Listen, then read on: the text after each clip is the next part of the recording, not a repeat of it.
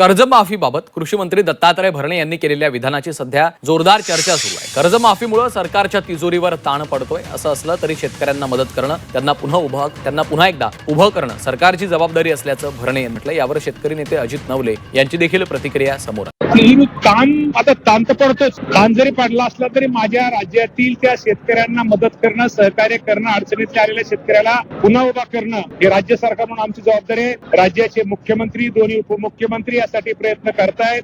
त्याप्रमाणे आर्थिक परिस्थिती असताना सुद्धा आर्थिक परिस्थितीची थोडी कमी जास्त असताना, मी म्हणणार नाही की अडचणीत असताना सुद्धा राज्यातील माझ्या शेतकऱ्यांना महत्वाचा निर्णय कर्जमाफीचा त्या राज्य सरकारने घेतलेला आहे। त्यांच्या ह्या विधानाचं मी स्वागत करतो। सरकारचं या अशा वाईट प्रसंगामध्ये शेतकऱ्यांना मदत करणं हे कर्तव्यच आहे। किंबहुना आज जो शेतकरी अडचणीत आहे त्याला सरकारची धोरणं जबाबदार आहे आणि वेगवेगळ्या वेळी निर्यात बंदी लादलेली आहे। त्याच्यामुळे शेतकऱ्याचं उत्पन्न मोठ्या प्रमाणामध्ये घटलेलं आहे। ती सुद्धा शेतकऱ्याची लूट आहे। त्यामुळे ह्या लुटीचा परिणाम म्हणून शेतकरी अडचणीत आलेला आहे। त्यामुळे शेतकऱ्यांना जेव्हा सरकार मदत करते त्यावेळी एक प्रकारे ही लूट वापसी असते। उपकार म्हणून नव्हे, दया म्हणून नव्हे, लूट वापसी म्हणून सरकार मदत करत असते। त्यामुळे अशा प्रकारची लूट वापसी प्रसंगी तिजोरी धोक्यात येऊन सुद्धा करावी लागली तर केली पाहिजे। आजच्या कृषी क्षेत्रातील मोठ्या बातम्या, शासनाच्या घोषणा, अनुदानातील बदल, खरेदी धोरणे आणि बाजारभावांमधील हालचाल सर्व काही तुम्ही पाहणार आहात या व्हिडिओच्या माध्यमातून। शेतकऱ्यांना मिळणार 33% अनुदान, मूल्यवर्धन आणि कडधान्य प्रक्रिया तसंच पॅकेजिंग युनिटसाठी सहाय्य मिळणार। अर्ज मागवण्यात आलेत। कडधान्याचं मूल्य संवर्धन करून उत्पादकांचं उत्पन्न वाढवण्यासाठी राज्य शासनाच्या अभियानाअंतर्गत उभारणी खर्चावर आर्थिक मदत दिली जाणार आहे। पात्र ठरणाऱ्या लाभार्थी किंवा संस्थांना संबंधित कृषी कार्यालयामध्ये आणि बँकेकडे आवश्यक कागदपत्रांसह मुदतीत अर्ज सादर करावे लागतील। जमीन मोजणी नोटीस आता ई-पोस्टद्वारे स्पीड पोस्टाने येणार। प्रकरणांचा निपटारा जलद गतीने। भूमी अभिलेख विभागाने मोजणी प्रक्रियेमध्ये पारदर्शकता आणण्यासाठी आणि वेळ वाचवण्यासाठी नोटीस थेट ऑनलाईन पद्धतीने टपाल कार्यालयाकडे पाठवून वितरित करण्याचा निर्णय घेतलाय आणि या नवीन व्यवस्थेसाठी शासनाने निधी मंजूर केला असून त्यामुळे मोजणीशी संबंधित प्रलंबित प्रकरणांचा त्वरित निकाल लागण्यास मदत होणार आहे। इथेनॉल नसते तर पेट्रोलचे दर 125 रुपये झाले असते। जागतिक इंधन संकटाच्या काळातील दिलासाने सरकारकडून स्पष्टीकरण। पेट्रोलमध्ये 20% इथेनॉलच्या मिश्रणामुळे आंतरराष्ट्रीय बाजारातील कच्च्या तेलाच्या वाढत्या किमतीपासून भारतीय ग्राहकांचं संरक्षण झालंय आणि या उपक्रमामुळे देशाच्या परकीय चलनाची मोठी बचत झाली असून स्थानिक स्तरावर शेतकरी आणि उद्योगांसाठी नवीन बाजारपेठ तयार झाली।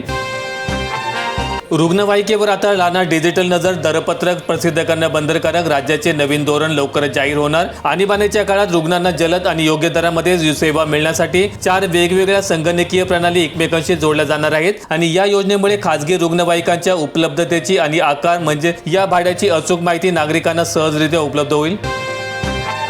एलपीजी ग्राहकांसाठी ई-केवायसीची मुदत, आधारशी संलग्न ई-केवायसी अनिवार्य। तेल कंपन्यांनी दिलासा दिलाय। अनुदानित घरगुती गॅस सिलेंडरचा लाभ सुरू ठेवण्यासाठी गॅसधारकांना 15 ऑगस्ट पर्यंत आपल्या आधार क्रमांकाचं प्रमाणीकरण करणं बंधनकारक आहे। मुदतीत ही प्रक्रिया पूर्ण न केल्यास संबंधित ग्राहकांना व्यावसायिक दराने सिलेंडर खरेदी करावं लागेल असा इशारा देण्यात आलाय।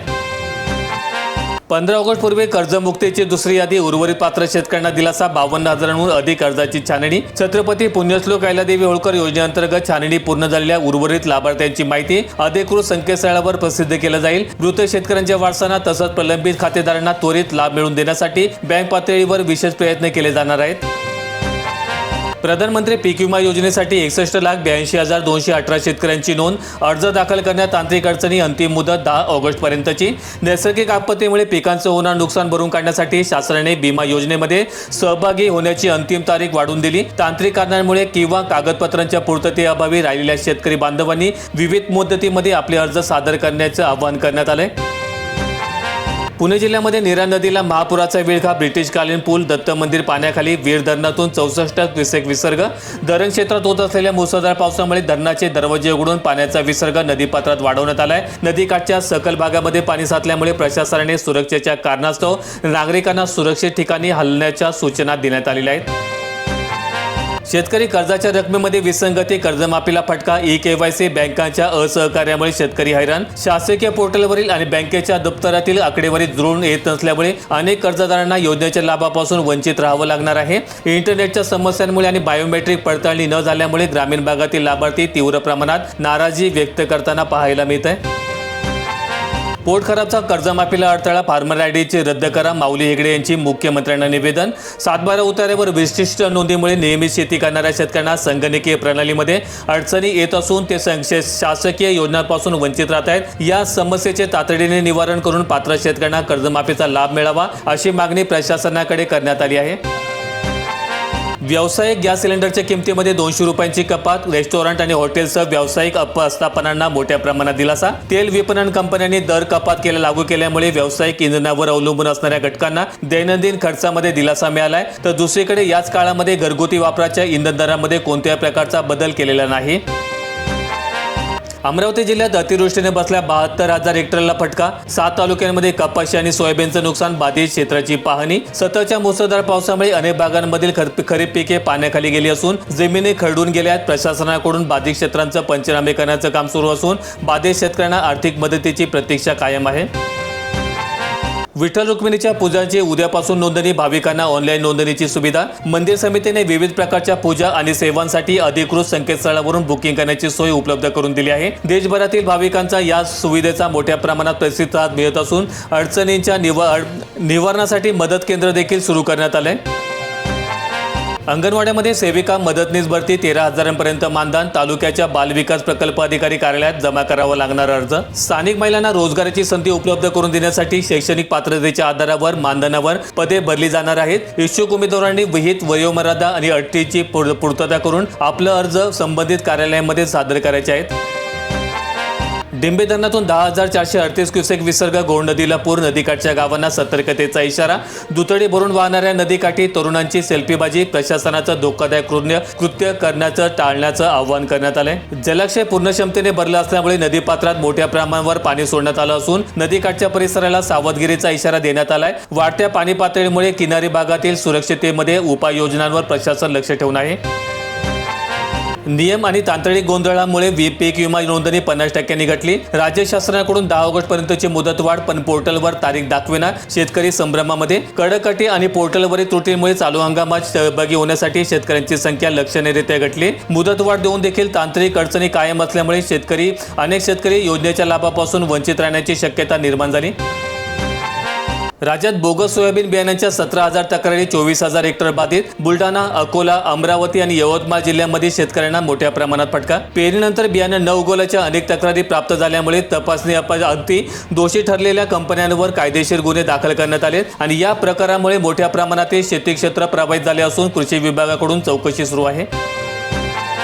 साखर पुन्हा तेजी. किरकोळ बाजारामध्ये प्रति किलोचा दर पोहोचला 51 ते 52 रुपयांमध्ये. पुरवठ्यातील तूट आणि आगामी सण उत्सवांमुळे बाजारात मागणी वाढल्यामुळे घाऊक आणि किरकोळ दरांमध्ये वाढ नोंदवली गेली. दरवाढीवर नियंत्रण ठेवण्यासाठी केंद्र सरकार अतिरिक्त साठा खुला करण्याच्या तयारीत आहेत.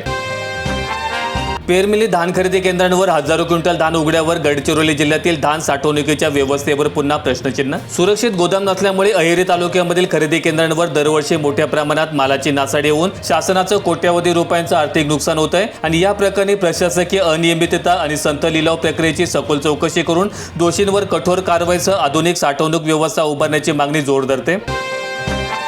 स्मार्ट कार्डसाठी प्रवाशांची लूट. कळंब तालुक्यातील बसस्थानकात स्मार्ट कार्डसाठी एजंटांचा सुळसुळाट वाढला. बस स्थानकामध्ये अधिकृत सुविधा उपलब्ध नसल्यामुळे ज्येष्ठ नागरिक, दिव्यांग आणि सवलतधारकांना खासगी केंद्र चालकांकडून अतिरिक्त पैसे मोजून नाहक मनस्ताप सहन करावा लागतोय. या समस्येवर त्वरित तोडगा काढण्यासाठी एसटी महामंडळाने आगार परिसर किंवा स्वतंत्र काउंटर तात्काळ अधिकृत एजन्सी नियुक्त करावी अशी मागणी प्रवासी संघटना करतायत. पावसाचे थेंब पडताच अंधार. उदगीरकरांचा संताप. बिले वेळेवर मात्र वीज बेभरोशी. मान्सून पूर्व तयारीचा फज्जा. शहरासह ग्रामीण भागामध्ये तासनतास वीजगुल. नागरिक आणि व्यापारी त्रस्त. नियमित देखो भरून देखील वारंवार खंडित होणाऱ्या वीज पुरवठ्यामुळे स्थानिक बाजारपेठेमध्ये व्यावसायिक, शेतकरी आणि घरगुती ग्राहकांमध्ये मोठं आर्थिक आणि दैनंदिन नुकसान होतंय. महावितरणच्या कालावधीमध्ये अयोग्य नियोजन आणि वसुलीच्या कठोर धोरणांवर नागरिकांनी तीव्र नाराजी व्यक्त करत अखंडित सेवा देण्याची मागणी केली. पंढरपूरला पुराचा धोका. 8 बंधारे आणि 2 पूल पाण्याखाली. प्रशासन अलर्ट. नागरिकांचं सुरक्षित स्थलांतर. मंदिर समितीकडून भोजनाची व्यवस्था. निराकोरांमध्ये 4 धरणात 55% पाणीसाठा. उजनी आणि वीर धरणामधून भीमा नदी पात्रात मोठ्या प्रमाणात विसर्ग सुरू झाल्यामुळे नदीकाठच्या सखल भागातील वस्त्यांमध्ये पाणी शिरून वाहतूक पूर्णपणे ठप्प झाली. परिस्थितीचं गांभीर्य ओळखून आपत्ती व्यवस्थापन यंत्रणेने प्रभावित कुटुंबांना सुरक्षित ठिकाणी हलवून त्यांची राहण्याची आणि खाण्याची सोय केलेली आहे.